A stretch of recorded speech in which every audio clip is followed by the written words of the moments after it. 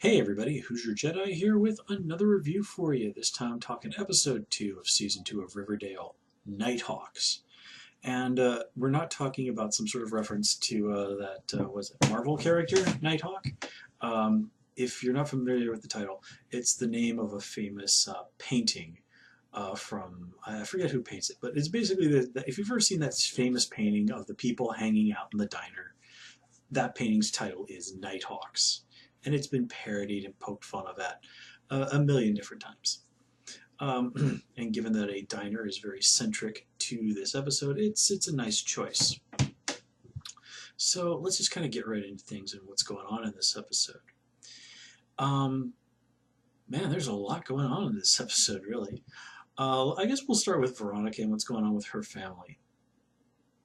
Now, as soon as she confronted her dad with that letter that he sent her, basically threatening her mom, I could tell that Hermione was going to throw herself on that grenade. And of course she did.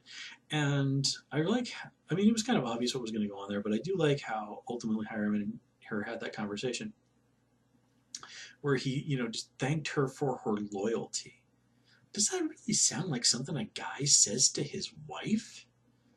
That sounds like something you say to like an employee or a servant. I mean, maybe I'm reading too much into this, but I mean, you really hope that, this is his wife, the mother of his kid, that you would hope that even as bad as he is, Hiram certainly doesn't view Hermione as nothing more than an employee or a servant. I mean, this reminds me of, oh, geez, I can't remember what the name of it was. It was like Danish crime novel. If you've ever read the Department Q series, there are these really interesting crime series from Denmark.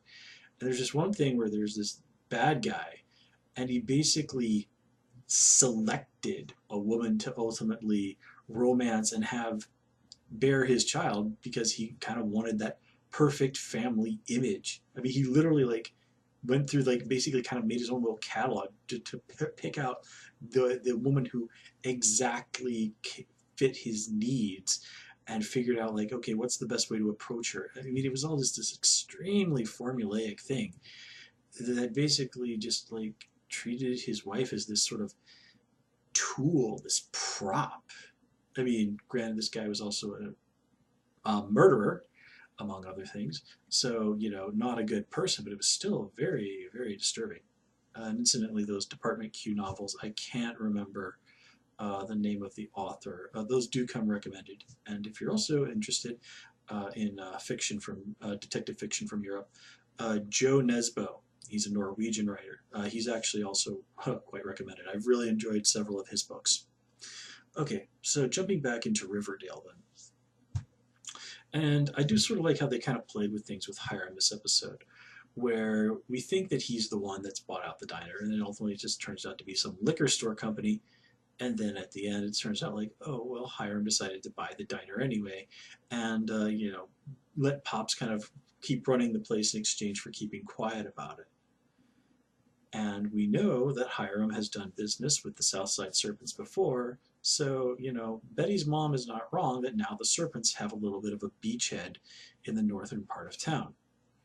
Never mind, Reggie peddling drugs there, and, God only knows what else is going to start happening. And that seems like a good way to segue into what's happening with Reggie. He's been replaced with a new actor. The other one had to leave for various reasons. They did once again get a guy of mixed European and Asian ancestry, so I do like the continuity there. So here on in this world, Reggie is a guy of mixed ancestry, which cool. That certainly reflects what's going on with a lot of people in America. The idea of Reggie being kind of a drug dealer, though, I mean, Reggie's always been kind of a jerk, but the idea of him being peddling drugs, this is taking it a little far. I mean, okay, I can see him being a bit of a jerk, even a bit of a bully. That's in keeping with traditional Reggie. But at the end of the day, underneath it all, Reggie is still mostly a good person, just somebody who acts like a jerk a lot of the time. The idea that he would like sell drugs, that's pushing it a little too far for me. Um, Also, the whole thing where he kind of pranks Archie by putting on the mask. Okay, now Reggie loves pranks. He loves to screw with people, and yeah, sometimes his pranks are a little bit mean-spirited. But dude, doing that to a guy whose dad was almost murdered, had a gun held to his head, and is almost certainly suffering from PTSD, a guy who you came to hang out in the hospital and offer your moral support to while he was trying to find out whether or not his father was going to die just a few days ago? I mean, no way. Reggie's a jerk, but he's not that much of a jerk. So yeah, not really digging what's going on with Reggie here. It's kind of like how they took Chuck last season, who's genuinely a really nice person in the comics, and made him a real utter bastard. Now, granted, this is a much darker adaptation, and they're playing around with things, but come on, man. Let's not forget that these characters should also have redeeming qualities as well, if you want to make them into rich characters. I don't know. I think Chuck might be a little bit of a lost cause at this point, but it's not like he was anyone season 1 was particularly concerned about. But Reggie's one of the guys that's been there from the very beginning. Now, granted, he's sort of been made a supporting character rather than a main character, and that's kind of been the way of things since episode 1. But still, man. It is interesting, though, that with Reggie being pushed off to the side, that did allow for Cheryl to sort of step in and be a much more central character. And I did like what was going on with her in this episode. And she did have absolutely no reason to step up to bat for FP. Granted, it was ultimately her father who was responsible for Jason's death, but FP kept quiet about the whole thing. So Cheryl and her mom have every reason in the world to be completely pissed off at him. But man, Betty stepping in there with the blackmail, that was beautiful. I mean, that was something that Cheryl would have done. You can definitely see that Cheryl's not happy that this happened, but she did acknowledge that Betty played the Game of Thrones quite nicely there. One thing, I really did love that confrontation in the locker room. That whole joke Betty made about, oh no, this is fun girl talk. One thing though, and hang on, let me call it up. I want to make sure I'm doing this right. Yeah. So in that scene, Madeline Petch, I think that's how you say the name of the woman that plays Cheryl. Did she really have to be standing there in just her bra the whole time? I mean, she's a very attractive lady, so I can't really be too down on that situation, but I'm just like, really, do we need this level of fan service here? I mean, can't Cheryl have this scene with a shirt on? This seems extremely gratuitous. Now, granted, Riverdale's not been above flashing the sexy our way sometimes because it's a CW show and that's kind of what it does, but still.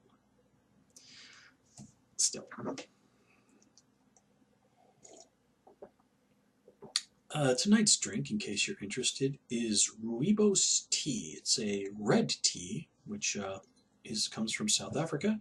Quite tasty, no caffeine, and full of antioxidants. Also recommended.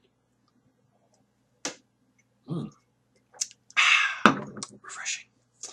Okay, so let's see.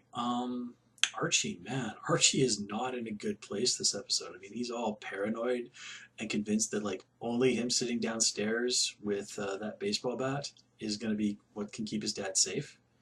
I mean, granted, the guy has his dad's ID and knows where they live, but you know what? I'm pretty sure Google could have turned up that information as well.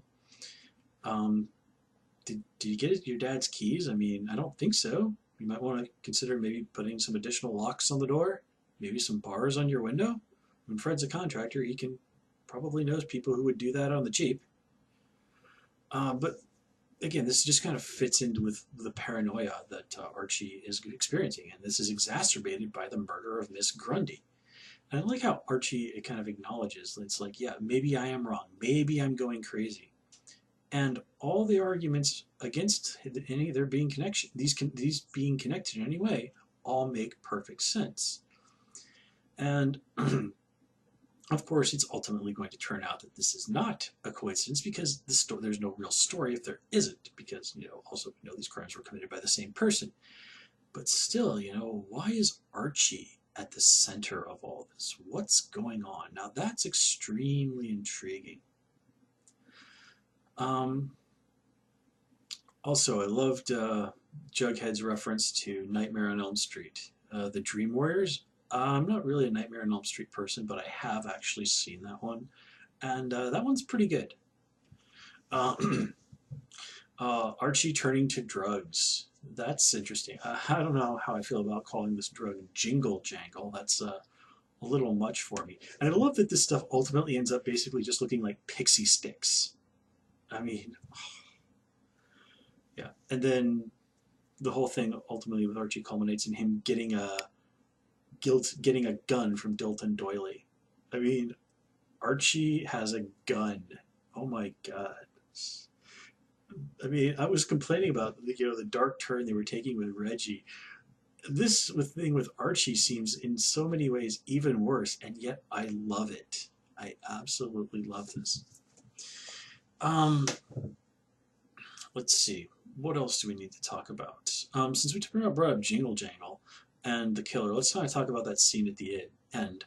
Kind of cool that they brought in Midge, another pretty important character in the Archie mythos. How long that's going to last remains to be seen. Man, that whole scene with her and Moose, where the guy just kind of comes up and shoots this couple in the car. If you've ever heard about like the Son of Sam, the serial killer that basically terrorized New York back in the 1970s, I mean, his whole shtick was basically shooting up couples in cars. This seems like extraordinarily like something that Son of Sam would have done. And it's even kind of implied that Riverdale may take place somewhere in New York State. So again, you kind of have to wonder if that's an intentional nod to a really famous real-world case with Son of Sam, aka David Berkowitz, if I remember right. Betty. I do like what was going on with Betty this episode, where her mom points out she's really spreading herself thin, and then with the drug dealers and the Southside Serpents and Hiram Lodge all kind of having a toehold in Pop's Diner, just seeing that all blow up in Betty's face, oof, and then getting it rubbed in her face by her own mother. It's like, wow, way to go. You're just going to rub this in your own daughter's face. Jeez Louise.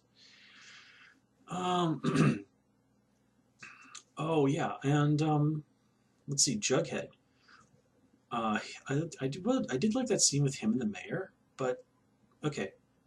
The mayor could have been a little bit more diplomatic about it all. But in all fairness, she really had absolutely no reason to try and stick her neck out for FP. This is a guy who was basically guilty of everything that he was accused of, and it's been implied that he's not exactly been the most upstanding citizen over the years. So again, Mayor McCoy's got no reason to stick her neck out for him. But her logic on Pop's thing, like, okay, if I declare this place a historical landmark and then somebody robs it next week, that's just going to make me look bad. Well, do politicians normally go around saying to their constituents, I'm not going to do this because there's a chance that this could make me look bad in the future? If you're any kind of politician, to at least lie to your constituents a little bit on that front. And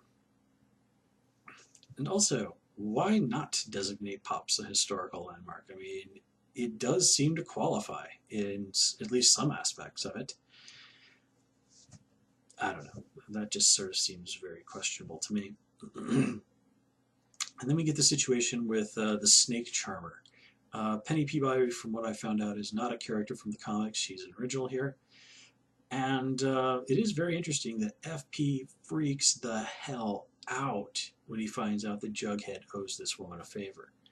Now let's think about that. This is a guy who's a big shot in a biker gang, and he is freaking out that his son owes this lady a favor.